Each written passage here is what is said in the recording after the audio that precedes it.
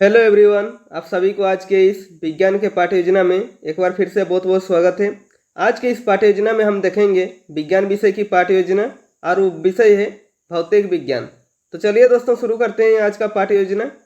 तो सबसे ऊपर आप देख सकते हैं विज्ञान विषय की पाठ्य योजना संख्या 17 लिखी हुई है।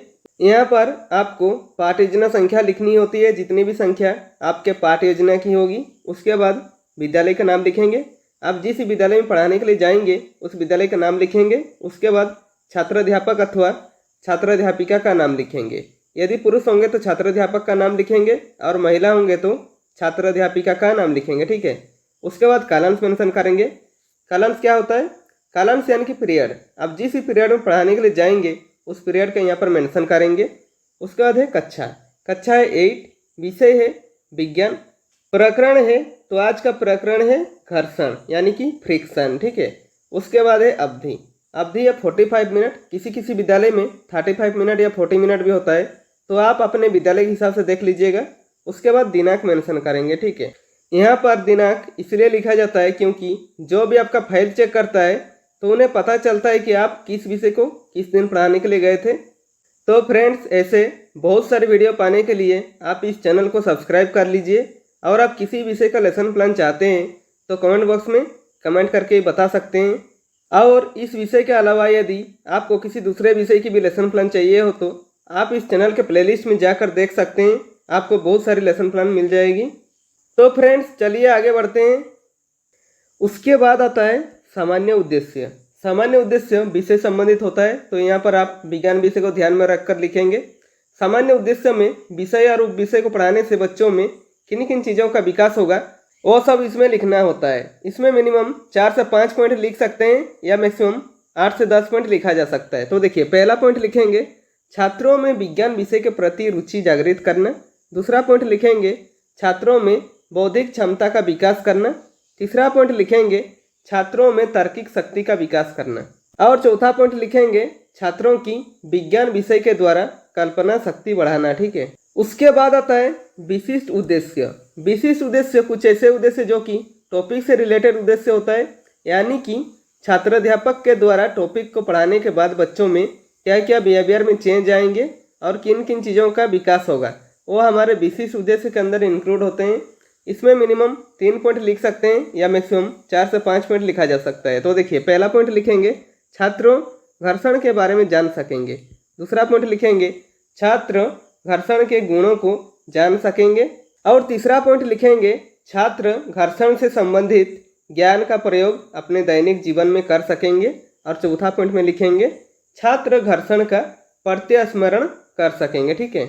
उसके बाद लिखेंगे शिक्षण विधि यानी कि टीचिंग मेथड। इसमें शिक्षक कौन कौन सा शिक्षण विधि प्रयोग कर पढ़ा रहे हैं वो यहाँ पर मेंशन करना होता है। तो देखिए, व्याख्या सह प्रदर्शन विधि, प्रश्नोत्तर विधि, आगमन विधि तथा निगमन विधि, ठीक है। उसके बाद लिखेंगे शिक्षण सहायक सामग्री। इनमें वो सारी सामग्री आते हैं जो शिक्षक पूरे कक्षा यानी पूरे 45 मिनट पढ़ाने में प्रयोग करता है।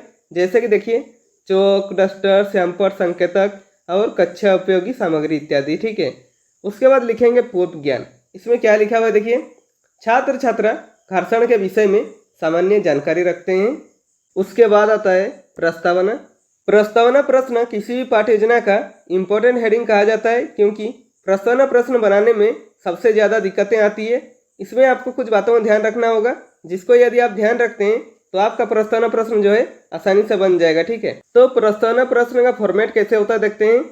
प्रस्तावना प्रश्न का फॉर्मेट 3 कॉलमों से बनता है। पहला कॉलम में लिखेंगे क्रम संख्या, दूसरा कॉलम में लिखेंगे छात्र अध्यापक क्रियाकलाप अथवा छात्र अध्यापिका क्रियाकलाप, और तीसरा कॉलम में लिखेंगे छात्र छात्रा क्रियाकलाप, ठीक है।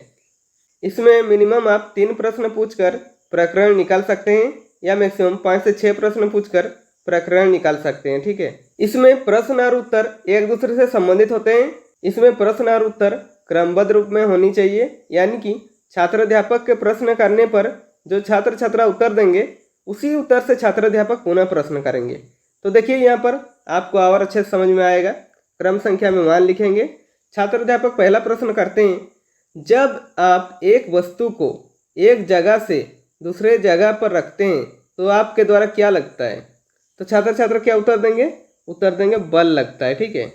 उसके बाद छात्र अध्यापक दूसरा प्रश्न करते हैं, कुछ बलों के नाम बताओ। तो छात्र छात्रा कुछ बलों के नाम बताएंगे, जैसे कि देखिए गुरुत्वाकर्षण बल, घर्षण बल, ठीक है। उसके बाद छात्र अध्यापक तीसरा प्रश्न करते हैं, घर्षण बल से आप क्या समझते हैं। तो छात्र छात्रा क्या उत्तर देंगे। छात्र छात्रा कोई उत्तर दे नहीं पाएंगे और मौन रहते हैं, या फिर छात्र छात्रा जो उत्तर देंगे वो स्पष्ट रूप में उत्तर नहीं दे पाएंगे, यानी कि ये क्या हो जाएगा, समस्यात्मक प्रश्न हो जाएगा, ठीक है। इसका उत्तर छात्र छात्रा नहीं दे पाएंगे तो कक्षा शिक्षक यानी आपका कर्तव्य है कि आप उस चीज़ को अच्छे से समझाएं बच्चों को। इसके बाद तुरंत ही आप पाठ की घोषणा करेंगे और कहेंगे, बच्चों आज हम लोग विज्ञान विषय के अंतर्गत घर्षण बल का विस्तृत अध्ययन करेंगे, ठीक है। उसके बाद आता है प्रस्तुतिकरण। प्रस्तुतिकरण पाठ को हमें सबसे अच्छा बनाना होता है कि जितना भी कंटेंट होता है वो सब प्रस्तुतिकरण पाठ में रखते हैं, ठीक है। तो प्रस्तुतिकरण का फॉर्मेट कैसे होता है देखते हैं। प्रस्तुतिकरण का फॉर्मेट 4 कॉलमों से बनता है। पहला कॉलम में लिखेंगे शिक्षण बिंदु यानी कि टीचिंग पॉइंट, इसमें हम कौन कौन से पॉइंट कवर करेंगे वो सब लिखेंगे। दूसरा कॉलम में लिखेंगे छात्र अध्यापक क्रियाकलाप अथवा छात्र अध्यापिका क्रियाकलाप यानी कि पुपिल टीचर एक्टिविटी, इसमें क्लासरूम में टीचर क्या क्या एक्टिविटी कर रहे हैं वो सब लिखेंगे। तीसरा कॉलम में लिखेंगे छात्र छात्रा क्रियाकलाप यानी कि इसमें छात्र छात्रा क्लासरूम में क्या क्या एक्टिविटी कर रहे हैं वो सब लिखेंगे। और चौथा कॉलम में लिखेंगे श्यामपट कार्य, ठीक है। उसके बाद शिक्षण बिंदु पर लिखेंगे घर्षण बल, और इसके बारे में छात्र अध्यापक जो बताएंगे वो छात्र अध्यापक क्रियाकलाप पर लिखेंगे। तो देखिए क्या बताते हैं, जब दो पिंड परस्पर संपर्क में होते हैं एवं एक वस्तु दूसरी वस्तु के पृष्ठ पर गति करती है तो इनके संपर्क तलों के बीच एक बल कार्य करता है जो वस्तुओं की गति का विरोध करता है। इस बल को घर्षण बल कहते हैं, ठीक है। और छात्र छात्रा क्रियाकलाप पर लिखेंगे छात्र छात्रा ध्यानपूर्वक सुनेंगे तथा अपनी उत्तर पुस्तिका में लिखेंगे, ठीक है। और श्यामपट कार्य पर छात्र अध्यापक जो पढ़ा रहे हैं उसे लिख दीजिएगा ताकि जो बच्चे ध्यान से सुन नहीं रहे उन्हें भी अच्छे समझ में आ जाए। तो हेडिंग देंगे घर्षण बल, और इसमें क्या बताते हैं देखिए, जब दो पिंड परस्पर संपर्क में होते हैं एवं एक वस्तु दूसरी वस्तु के पृष्ठ पर गति करती है तो इनके संपर्क तलों के बीच एक बल कार्य करता है जो वस्तुओं की गति का विरोध करता है। इस बल को घर्षण बल कहते हैं, ठीक है। उसके बाद आता है बोधात्मक प्रश्न। इसमें छात्र अध्यापक बच्चों जो पढ़ा रहे हैं बच्चों को कितनी अच्छी तरह से समझ में आ रहा है ये जानने के लिए बीच बीच में 1 या 2 प्रश्न करते हैं। तो देखिए पहला प्रश्न करते हैं, घर्षण बल लगने के लिए कम से कम कितनी वस्तुओं की जरूरत होती है। तो छात्र छात्रा क्या उत्तर देते हैं, उत्तर देते हैं 2 वस्तुओं की आवश्यकता होती है, ठीक है। उसके बाद छात्र अध्यापक दूसरा प्रश्न करते हैं, घर्षण बल की दिशा क्या होती है। तो छात्र छात्रा क्या उत्तर देते हैं, उत्तर देते हैं घर्षण बल की दिशा वस्तु की गति की दिशा के विपरीत होती है, ठीक है। उसके बाद आता है विकासात्मक प्रश्न। इसमें छात्र अध्यापक बच्चों जो इसके आगे पढ़ाएंगे बच्चों को इसके बारे में जानकारी है या नहीं है ये जानने के लिए 1 या 2 प्रश्न करते हैं। तो देखिए प्रश्न करते हैं, घर्षण को किस प्रकार घटाया बढ़ाया जा सकता है। तो छात्र छात्रा क्या उत्तर देते हैं, छात्र छात्रा कोई उत्तर दे नहीं पाते हैं और मौन रहते हैं, या फिर जो भी उत्तर देते हैं वो अस्पष्ट उत्तर देते हैं। इसका उत्तर छात्र नहीं दे पाएंगे तो कक्षा शिक्षक यानी आपका कर्तव्य है कि आप उस चीज़ को अच्छे से समझाएं बच्चों को। उसके बाद शिक्षण बिंदु पर लिखेंगे घर्षण बढ़ाना या घटाना, और इसके बारे में छात्र अध्यापक जो बताएंगे वो छात्र अध्यापक क्रियाकलाप पर लिखेंगे। तो देखिए क्या बताते हैं, हमारे जीवन में घर्षण बहुत आवश्यक है। कहीं कहीं घर्षण को बढ़ाना महत्वपूर्ण होता है तो कहीं पर घटाना, ठीक है। उदाहरण के लिए देखिए गाड़ी के पहियों घर्षण बढ़ाने के लिए खांचे बनाए जाते हैं जिससे कि गाड़ी को आसानी से रोका जा सके। इसी प्रकार जूते और चप्पल की तली में भी खांचे बनाए जाते हैं जिससे कि चलते समय व्यक्ति ना फिसले। और पहिए घर्षण को कम कर देते हैं, यदि किसी वस्तु में पहिए लगाकर खींची तो घर्षण बल कम हो जाएगा। इसी प्रकार कैरम बोर्ड खेलते समय घर्षण को कम करने के लिए उस पर पाउडर छिड़का जाता है। और छात्र छात्रा क्रियाकलाप पर लिखेंगे छात्र छात्रा ध्यानपूर्वक सुनेंगे। और श्यामपट कार्य पर छात्र अध्यापक जो पढ़ा रहे हैं उसे शॉर्ट में लिख दीजिएगा ताकि जो बच्चे ध्यान से सुन नहीं रहे उन्हें भी अच्छे से समझ में आ जाए। तो हेडिंग देंगे घर्षण बढ़ाना या घटाना। इसमें लिखेंगे हमारे जीवन में घर्षण बहुत आवश्यक है।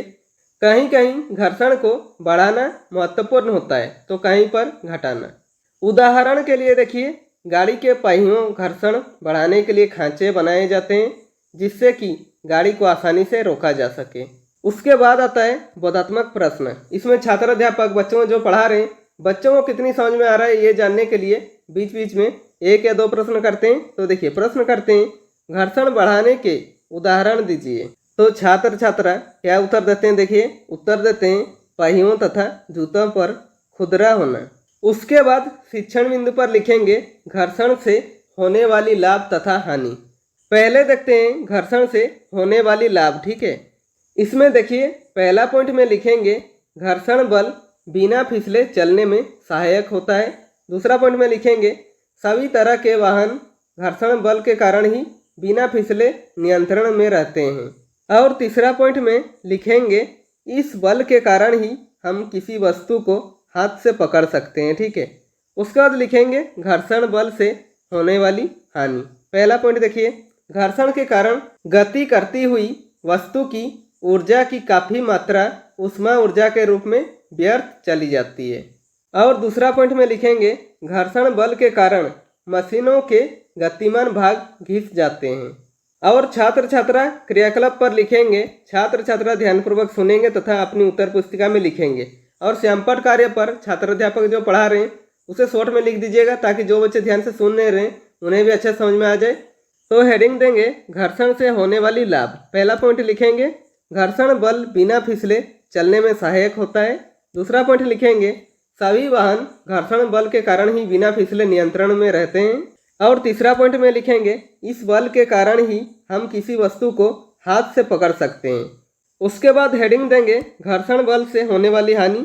तो पहला पॉइंट लिखेंगे घर्षण के कारण गति करती हुई वस्तु की ऊर्जा की काफ़ी मात्रा ऊष्मा ऊर्जा के रूप में व्यर्थ चली जाती है। ठीक है, और दूसरा पॉइंट में लिखेंगे घर्षण बल के कारण मशीनों के गतिमान भाग घिस जाते हैं। ठीक है, यहाँ पर हमारा प्रस्तुतिकरण समाप्त होता है। इसके आगे यदि आप बढ़ाना चाहते हैं तो बढ़ा सकते हैं।